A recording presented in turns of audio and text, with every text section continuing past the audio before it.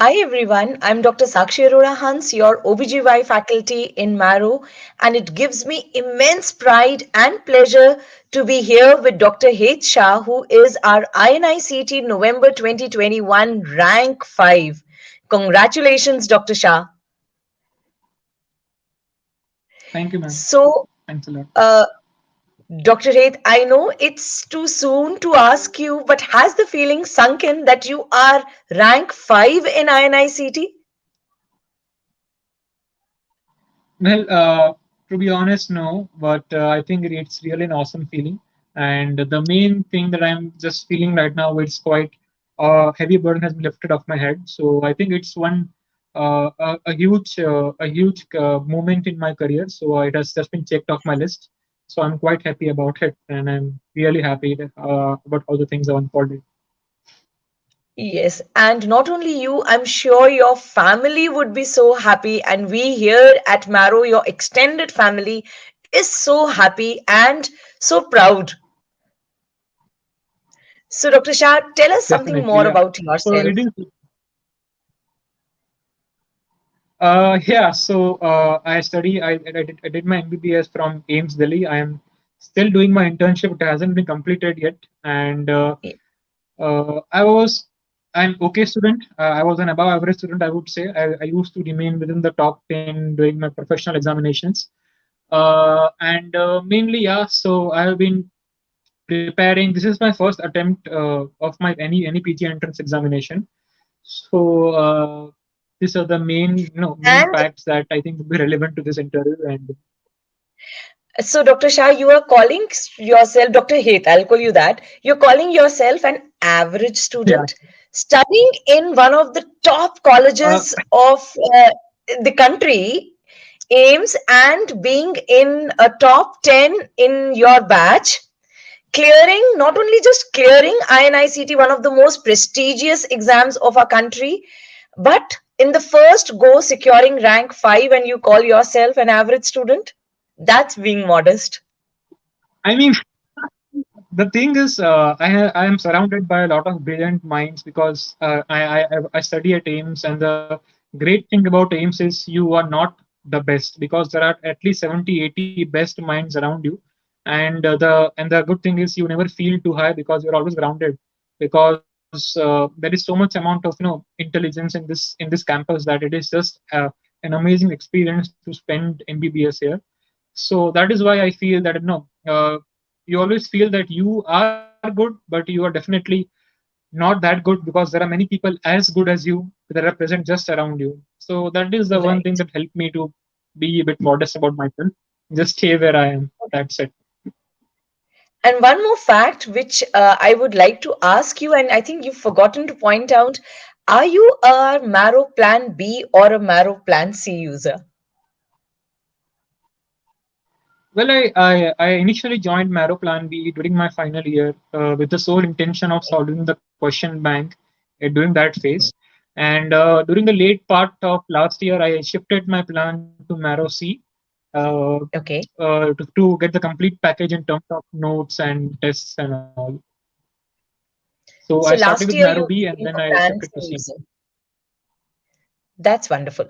So Yeah, I Marrow was has a been Plan your C user. primary source of Marrow has been your primary source of information.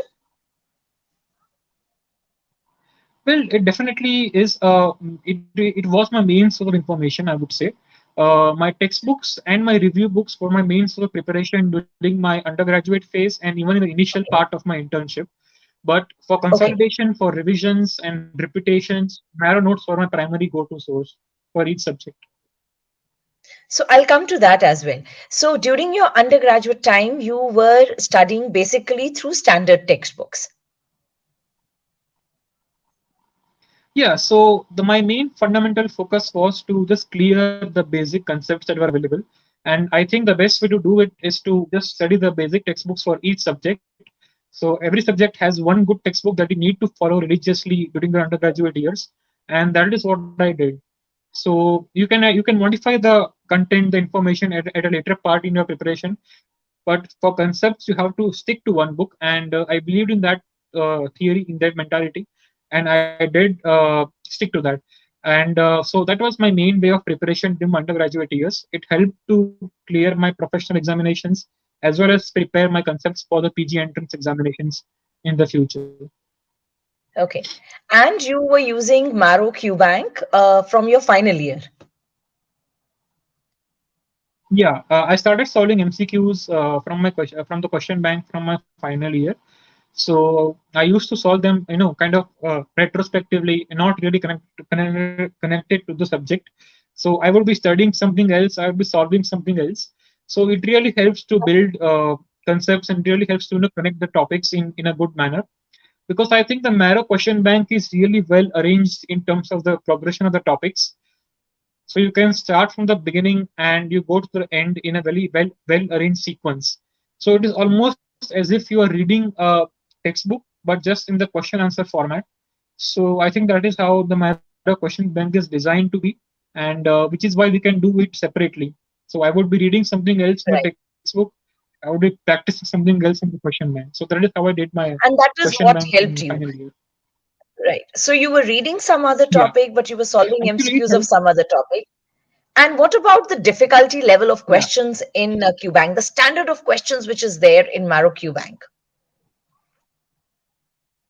So the Marrow Bank really has a progression of difficulty. It starts off with the easier questions, and it Yes. really goes on more and more difficult as you progress throughout it. And they add all those previous year questions as well into the mix. So you are thorough with the decent trends as well in the exam. So definitely the question bank is up to the mark, and it is really well arranged in terms of difficulty level. So I think it is best used in terms of not just directly solving it from the notebook. So once you read a subject, you should not directly jump over to the question bank.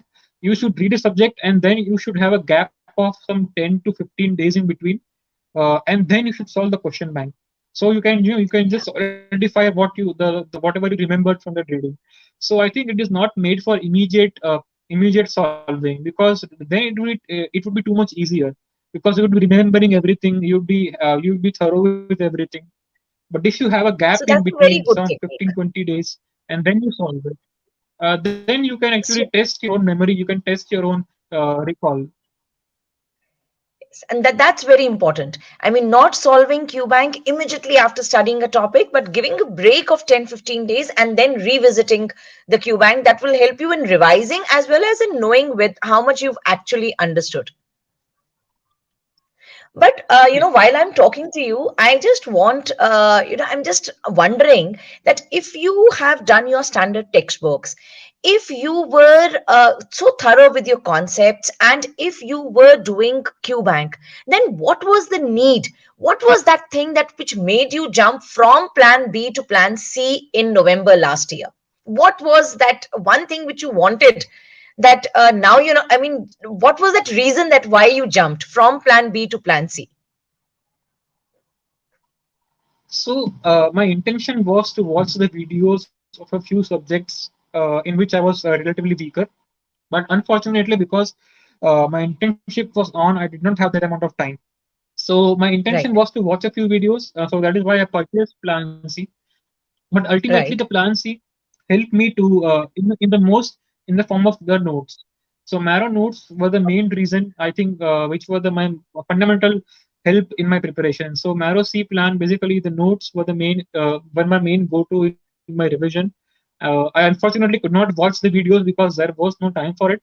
But Marrow notes really Okay. helped me to repeat and to revise multiple times. So you did not watch the videos, but you used Marrow notes for your revision. Okay, that's Yeah, wonderful. that That's is true. something different. I I could not. am okay. So how did you like the Marrow notes? Like, were they sufficient for your revision, or did you have to add something? Well, the Marrow notes were more than enough by itself. I know many students who use Marrow notes as their primary source, even for professional examinations. So definitely, they are Right. more than sufficient. They cover every topic in great detail. So the main purpose for me was to have in one place a concise, condensed source which contained all the information. so I could go through them at a rapid pace. Because I knew my concepts, I also knew my weak topics, I also knew my strengths and weaknesses, and I used to Right. focus on my weaknesses when I was going through those notes. So that was my main way of using those notes. So, and Okay. I would like to give special mention to surgery notes and ophthalmology and OBG notes, because they really were so detailed and so expanded that you really did not need to look anywhere else for preparing those particular subjects. So in surgery, I used to refer to the notes only, even in my undergraduate years, and also in my PG internship preparation. I use those notes only and only. That's it. Right. So many students who say that Marrow notes are too much in depth. For toppers like you feel that they are what is needed. I mean, this much of information is required not only to crack, but to get a good rank. This information is required, what is given in Marrow notes. Well, they are quite extensive. All notes are quite extensive. But the thing is, you have to go through them at least once or twice. Even if you don't Mhm. remember all those things in the examination hall, even if you just have a faint idea of those things, it will really help in the MCQ solving examinations. Because in Yes. MCQs, you don't need to memorize all those things. You have the answers in front of you. So even if you have a faint idea of the topic, of those distant topics, you will see the correct answer in front of you and you will mark that answer. So the thing is, you don't And need to be that's thorough with important. everything. You don't need to remember everything, but you need to have a faint idea of everything. So even if you have went through once or twice through the notes and you see the MCQs in front of you, then you will just eliminate those three options and just tick mark the correct answer. And that is how notes help. So even I don't remember all those things in the notes, but the thing is, I have an idea about those, and so that's how I Right. solve the questions in my exams. Yes. And that helps you in ruling out so many other options. Even if you have some Yeah, idea, it helps you in ruling out the options. Okay. And Dr. definitely. Heath, I also would like to know that how many times, were you able to go through the complete course and or the complete notes, and how many times were you able to revise before you appeared for your INICT? To be honest, during my internship, I had about 8 months of actual preparation time, which I would say. So my preparation was basically rebuilt around three repetitions. So the first one Okay. I tried to do it in the initial 5 months, and in the next two Okay. months I did one more, and in the last 1 month I did one more. So that is how I Okay. really faced my preparation. And during the first 5 months, I tried to stick to the textbooks and the review books that I used in my undergraduate years. And in the next two Okay. preparations, I knew my weak topics, I knew my strong topics. So I just went through the Right. notes in each subject in the next two cycles. So that is how I phase my preparation in three ways. And I think at least three repetitions are necessary for any subject if you want to attempt seriously for any examination. Because I think three repetitions will actually solidify the concepts and you are very well and confident in those subjects if you have gone through the books thrice. So three, I think, should be the number which everyone should keep in mind while repeating. So first revision will take a longer time, and then 2 months and 1 month Yeah. approximately. Okay. And what about grand tests? Were you appearing for grand tests? So grant, And how oftenly were you giving the grand yeah. tests? Grant tests were definitely a big part of my preparation. In my internship, my main focus from using Marrow was the grant tests and the subject-wise tests. Whenever they conducted Right. them, I used to attempt them. So I started giving grant tests in last November, just before the last November aims. As I used Marrow, I gave around 15 grant tests during my internship time. So whenever Okay. Marrow used to host a grand test, I think I would be attempting that grand test, even if I did not feel very confident about attempting that. I would trust my previous knowledge, I would trust my preparation, and I would just go through the entire thing. So I think it is very important to not go too much into the ranks in the grand test, because sometimes ups and downs are very possible, because it is quite a vast syllabus and you won't be prepared every time. So but it is more important to be to get used to the testing thing. So you are used the time to the time management part of the examination. you are used to sitting for 3 hours at a stretch while giving an examination, and also you are used to the 19 subjects question answers. So I think that is the main learning Yes. that you gain from a grand test. And as long as you are on a positive trajectory, your marks are increasing, your ranks are showing a positive trend, I think that is the best sign that you are on the right track, and you have to just go on moving on that particular track forward. So that is how You've I said a used to very, approach very my grand important tests. thing, Dr. uh, Yes, you've pointed out this very rightly that as long as you are showing your marks and your ranks are towards a positive trend, that means you are on the right track. And yes, grand tests are very important.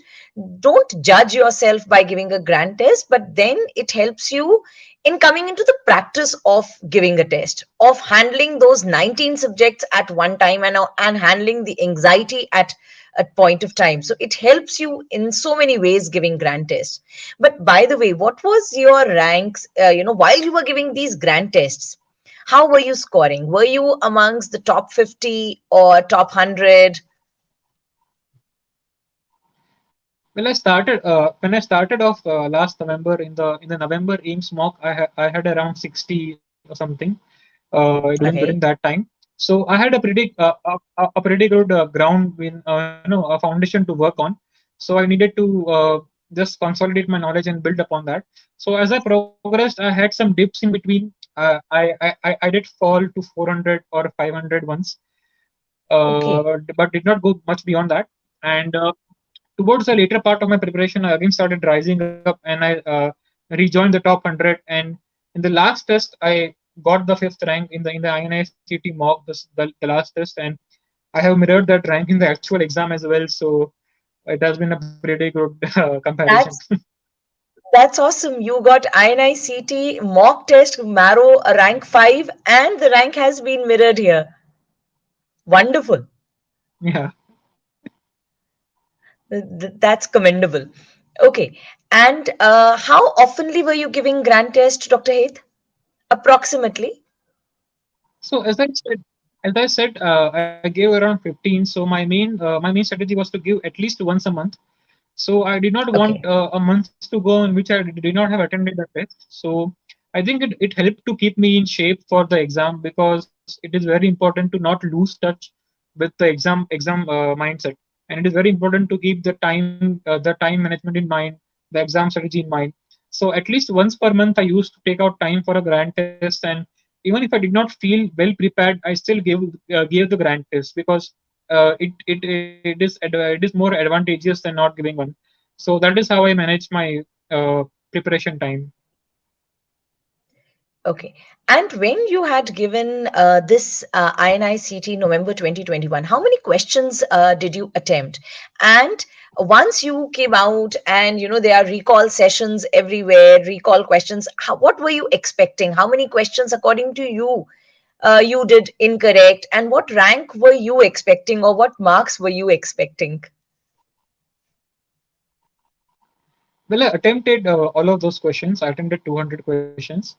Okay. And when I came out of the exam hall, and I started watching YouTube videos of recall videos, I think I found around 40 incorrect questions during my recall sessions. So 40. I was not very happy with the way the paper had gone. Yeah, 40.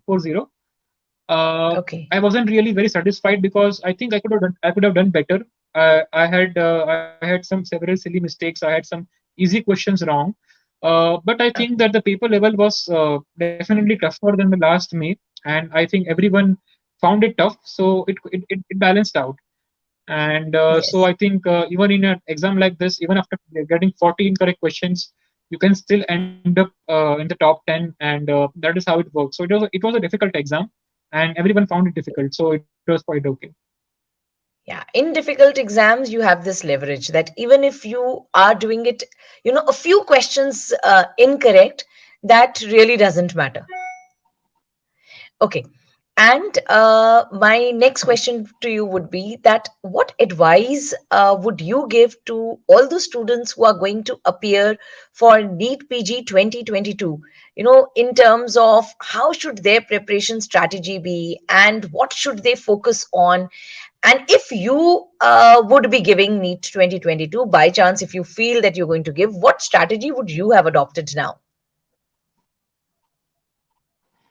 So I think in the final few months, it is very important to focus on your weaknesses, on your weak topics. I think everyone tries to do end-to-end revision in which they go through the entire book, they go through the entire notes. I think that is not very helpful. One has to be more and more focused on some selective topics in which you find uncomfortable that you are. So one has to make a list of each subject in which those topics are there.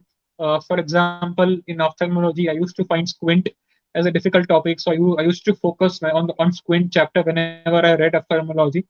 So I think that is the most important thing that you could do in this particular phase, because if you leave your weaknesses unattended, they can come to haunt you in your examination. And your strengths will remain your strengths, and your strengths won't disappoint you in the examination. But your weaknesses, if you haven't worked on them, then they would haunt you, and then that would be the factor which results in a poor rank. So it is Very, very most important important point. that you actually focus on your weaknesses and just iron out those weaknesses as much as you can before the examinations. And for that, you have to be thorough with your preparation beforehand, because if you haven't read anything before, then you won't know your strengths and weaknesses. So that is how Right. you have to find your strengths and weaknesses before. So I think that should be the point of focus in this particular phase of preparation. So, how many revisions would you have targeted for NEET 2022, So starting as I from said, now? for any exam, I would have liked to, yeah, starting from now, if I see we have around 5 months of time, or 4 or 5 months of time, I would 4 months. say I would do at least two revisions for the examination. I would like to do at least two revisions, because I think the time is there, and we have Marrow notes or any notes as our source. And also we have to be focused, so we don't really have to spend the whole day trying to go through every subject, the basics, the concepts. The ones we are already thorough with, we just skip those parts and we go to the parts in which we find difficulties. So I think it would Right. be a good idea to go through at least two revisions, and if possible, even three revisions. So, Yes. and also attempt as many tests as possible, at least 4 to 5 tests in this period, and focus on your weaknesses. That is the most important thing in this part. This is very important, that it's not necessary that you cover your notes, you revise your notes cover to cover. What is important is that wherever you feel you are not confident, those are the parts which have to be revised. Plus the volatile subjects, they have to be revised more oftenly than, like Dr. Heth was telling me, that OBGY, medicine, and surgery, they are the subjects where you build concepts, and they're not that volatile as some other subjects, like maybe microbiology for some, pharmacology for some. So those are the subjects which you have to revise before you go for your NEET 2022 at least twice or thrice. And while we were chit chatting, Dr. Heth, I also liked your strategy which you had told about making separate WhatsApp group with yourself only. So if you can just throw some light on that Yeah, and so tell. Yeah. I had an idea about this about 2.5 to 3 years ago, that I should prepare a separate WhatsApp group for each of those 19 subjects, and just start adding all the errata and all those random facts and figures and diagrams and difficult questions, and the scoring systems, the grading systems, the Right. classifications, all those stuff that I could revise on the go. I had in those WhatsApp groups. So for example, surgery, I had all these scores, all these grades. In OBGY, I had all these diagrams, and in orthopedics, I had all these clinical tests and the instruments and all those stuff in that WhatsApp groups. And so it is all those stuff that you don't really read in theory, and I think it is a really high yield stuff that you can build over a period of time. and it was not a week's or a day's or a week's effort. It was an effort of over 2 or 3 years. So whenever I would read from the textbooks, whatever I found interesting, I would click a photo of that, I would put it in my WhatsApp group, I would take a screenshot, I would put it in my WhatsApp group. So anything that I thought that this could be framed into an MCQ, a potential MCQ, was there in my WhatsApp group. So basically, I mean, I that's a this was unique just to idea. cover my bases. Yeah, Yes, and I mean, I and found it this really helps to so cover all innovative the. and so helpful. This is very, It is this definitely will be very helpful. helpful for all the undergraduate students who are listening to us. Not only that, anytime you think that anything you're going to forget, these days you don't want to write those things in a notebook. You want to just have it in your mobiles, and this is the way you can have it on the go wherever you are going, all those things at one place. Wonderful idea, Dr. Heath. And before we end this informative interview and such an interesting interview, I just want to ask one question. What is your dream branch? What subject, what branch are you going to take? Well, to be really honest, I prepared with no branch in mind. I did not really have a particular preference, a choice of a subject. I was equally comfortable in the surgical branches. I was comfortable in the medical branches as well. As I said, my main effort has always been to focus on the thing at hand, on the task at hand. So my task at hand was to do well in the examination, and so my resources were focused, and my time was focused towards that task. And thinking about branches came later. That was a later part of the equation. So the time for thinking Right. about branches is now. So now is the time that I Yes. would be really, doing some research, asking my seniors about the actual experience of working in those subjects. So I think I would take MD medicine, but I am equally inclined towards MS general surgery or neurosurgery.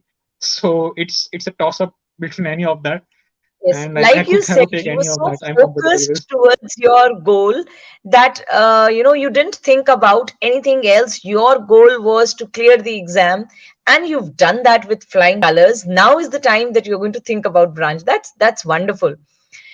So, thank you, Dr. Heath, for sharing your journey, your strategy, and for giving so many tips to all the students who will be appearing for their NEET 2022. It was wonderful talking to you.